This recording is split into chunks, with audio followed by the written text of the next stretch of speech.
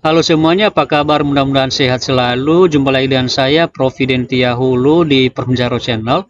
Pada video kali ini teman-teman kita akan membahas mengenai FR soal UTBK PPG Piloting 3 tahun 2024 part 3, di mana part 1 dan 2 teman-teman kita sudah bahas pada video sebelumnya.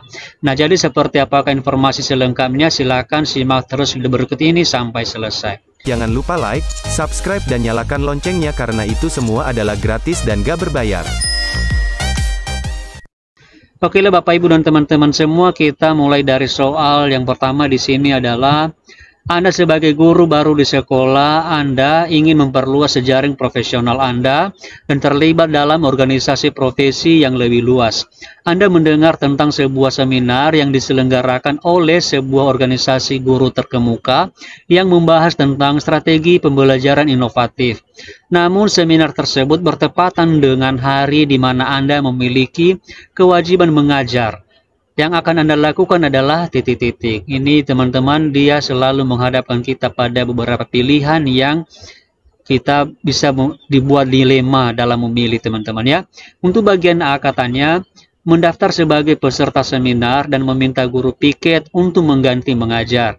Bagian B, mengikuti seminar secara daring lalu menonton rekamannya nanti setelah selesai mengajar di sekolah. Tapi di sini teman-teman pada soal tidak dijelaskan bahwa itu dilakukan secara daring. Bagian C, mengabaikan kesempatan untuk menghadiri seminar dan tetap fokus pada tugas mengajar di sekolah. Ini agak tidak mungkin teman-teman, karena tidak mungkin dia menghadiri seminar dan kemudian juga dia fokus pada mengajar di sekolah. Padahal dari soal tadi dia adalah dilakukan di waktu yang bersamaan. Bagian D, menghadiri seminar dan untuk tugas mengajar di sekolah akan diatur oleh kepala sekolah. Ini juga tidak mungkin ya teman-teman, karena tidak mungkin kita mengatur ya kepala sekolah atau sebagai atasan kita. Bagian E, mencoba mencari guru pengganti untuk mengajar di sekolah dan kemudian menghadiri seminar. Nah, jadi di sini teman-teman saya lebih memilih bagian E. Mengapa? Karena ini usaha kita adalah bagaimana supaya kedua kegiatan tersebut itu bisa sama-sama berhasil atau bisa sama-sama kita ikuti. Sehingga nanti tidak ada pihak yang dirugikan dan juga yang diuntungkan. Nah, di sini tujuan kita adalah supaya sama-sama diuntungkan ya teman-teman ya. Jadi pilihan jawaban yang lebih tepatnya adalah bagian E, yaitu kita mencari guru pengganti yang bisa menggantikan kita pada jam tersebut saja teman-teman ya. Tetapi untuk seterusnya nanti kita yang akan masuk, kemudian kita menghadiri seminar. Nah, jadi itulah teman-teman ya, pilihan atau tindakan yang lebih tepat untuk kita lakukan. Oke, sekarang kita lanjut pada soal berikutnya, yaitu Pak Amor, seorang guru matematika, sedang melakukan pembelajaran di kelas. Beliau menyadari bahwa sebagian besar siswa di kelas tersebut tidak tertarik dengan pelajaran matematika sehingga tidak terlalu memperhatikan penjelasan Pak Amor. Langkah Pak Amor yang paling tepat adalah titik-titik. Nah, ini adalah hal yang sangat sering terjadi dalam kelas ya teman-teman ya. Dimana apalagi guru matematika, apalagi kalau materinya adalah matematika sudah masuk pada hitung-hitungan atau perkalian. Nah, jadi di sini siswa sudah sangat tidak memperhatikan. Nah, jadi kalau misalnya hal seperti ini, apa yang akan kita lakukan atau kira-kira apa yang dilakukan oleh Pak Amor? Kita melihat bagian E, mengurangi jumlah materi yang diajarkan agar lebih ringan bagi siswa. Ini tidak mungkin teman-teman ya. Justru ini adalah kesalahan besar. Kenapa? Karena kita mengurangi materi yang seharusnya itu harus dicapai oleh siswa.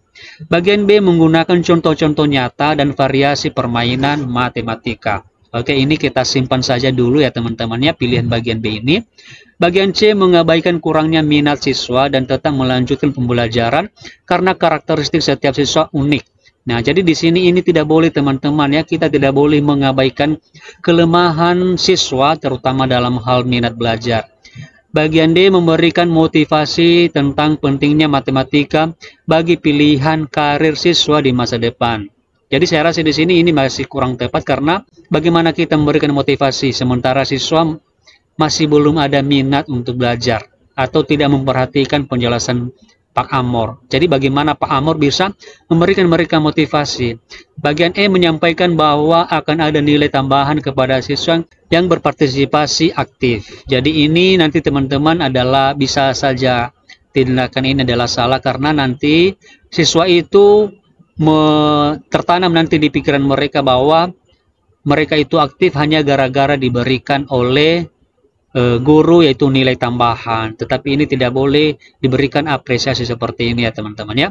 Nah, jadi yang lebih tepatnya di sini adalah bagian B, yaitu menggunakan contoh-contoh nyata dan variasi permainan matematika. Ini adalah hal yang bisa membuat siswa itu bangun kembali dan memperhatikan kembali penjelasan guru, karena siswa itu kan bervariasi. Jadi di sini harus kita menciptakan juga media pembelajaran yang bervariasi yang bisa menarik perhatian siswa kepada kita.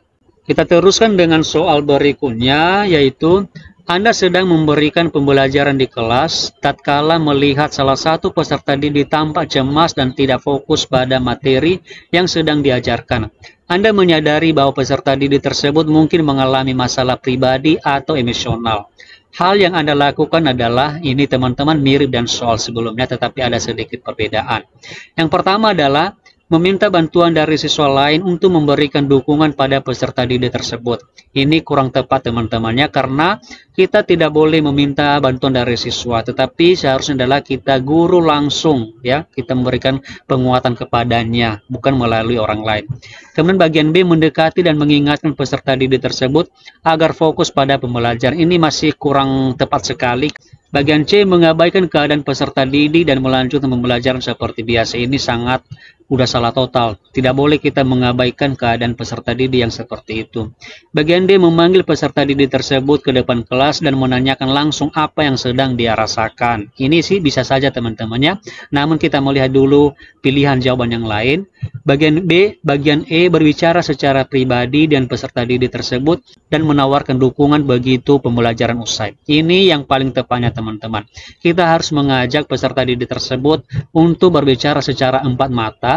Kemudian bukan hanya itu teman-temannya, ini bagian B tadi mendekati dan mengingatkan. Tetapi di sini lebih tepat lagi bagian E, karena dia ada sikap menawarkan dukungan kepada peserta didik tersebut. Sementara tadi bagian B tidak ada istilah menawarkan teman-teman ya, menawarkan bantuan atau dukungan apapun kepada peserta didik tersebut. Jadi yang paling tepat adalah bagian E.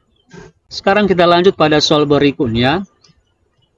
Bu Norce mendapati bahwa beberapa peserta didiknya mengalami kesulitan dalam menulis esai karena mereka merasa tidak mampu menulis dan pemahaman terhadap yang akan ditulis masih kurang, sehingga kurang percaya diri dengan kemampuan diri mereka. Alternatif terbaik yang dilakukan Bu Norce untuk membantu para peserta didik tersebut adalah A. Menyuruh mereka untuk menulis lebih banyak agar terbiasa menulis esai. Ini masih kurang tepat teman-temannya. Ini semacam memberikan hukuman kepada peserta didik. Bagian B. Mengkritik tulisan mereka dengan tajam agar mereka belajar dari kesalahan sehingga berkembang. Ini tidak boleh dilakukan oleh guru teman-temannya untuk mengkritik, apalagi ada keterangan dengan tajam. Jadi nanti peserta didik itu atau siswa tersebut jadi takut teman-temannya kepada guru. Bagian C. Memberikan umpan balik konstruktif dan memuji usaha mereka. Ini kita simpan dulu. Bagian D. Menyuruh mereka untuk menulis esai yang lebih pendek agar lebih mudah. Ini bisa kita juga teman-temannya simpan. Bagian E. Tetap fokus pada kemajuan kelas secara umum dan alur tujuan pembelajaran yang telah dibuat. Jadi ini sudah salah total teman-teman, karena seakan-akan guru tersebut tidak peduli dengan apa yang sudah dialami oleh peserta didik. Nah, jadi di sini antara C dan D, saya lebih memilih C. Mengapa? Karena walaupun peserta didiknya seperti itu teman-teman, maka kita harus memberikan mereka umpan balik yang bersifat konstruktif atau yang bersifat membangun istilahnya, dan memuji usaha mereka. Kenapa? Karena dari situ nanti muncul motivasi atau semangat dari dalam diri mereka teman-teman ya. Kalau kita membandingkan dengan bagian D ini, jadi inilah teman-temannya jawaban yang paling tepat menurut kita di sini. Oke, kita teruskan dengan soal berikutnya, yaitu Anda mengetahui bahwa para siswa di kelas berasal dari berbagai suku. Mengetahui kenyataan ini, maka sebagai guru bahasa Inggris, tindakan paling tepat yang akan Anda lakukan adalah titik-titik. Bagian A. Meminta siswa tersebut untuk menggunakan tentang budaya dan tradisi daerahnya untuk mengasah kemampuan menulis dan berbicara. Bagian B. Mengatakan bahwa mempelajari budaya dan tradisi di daerahnya penting, namun tidak relevan dalam pembelajaran di kelas. Ini salah. Karena ini juga tradisi daerah di kurikulum seperti ini teman-teman lebih bagus juga kalau diterapkan di setiap pembelajaran. Bagian C, tetap fokus pada tujuan dan materi pelajaran yang sudah ditentukan. Ini masih kurang tepat karena tidak disertakan dengan budaya daerah. Karena tadi kata kunci dari soal adalah berasal dari berbagai suku, berarti sukunya berbeda-beda dan juga sudah otomatis bahwa budayanya juga pasti berbeda-beda. Bagian D, menyarankan agar siswa tersebut mempelajari budaya dan tradisinya. Ini hanya menyarankan tetapi tidak dilakukan. Kemudian bagian E, mengintegrasikan unsur budaya dan tradisi siswa ke dalam pembelajaran di kelas. Jadi menurut kita di sini teman-teman, yang paling tepat adalah bagian E, karena di pembelajaran di kelas itu guru tersebut langsung mengintegrasikan unsur budaya, atau di materinya atau di kegiatan pembelajaran langsung guru tersebut memuat kegiatan-kegiatan budaya sehingga nanti kebutuhan belajar siswa bisa terpenuhi sesuai dengan soal tersebut di atas teman-teman.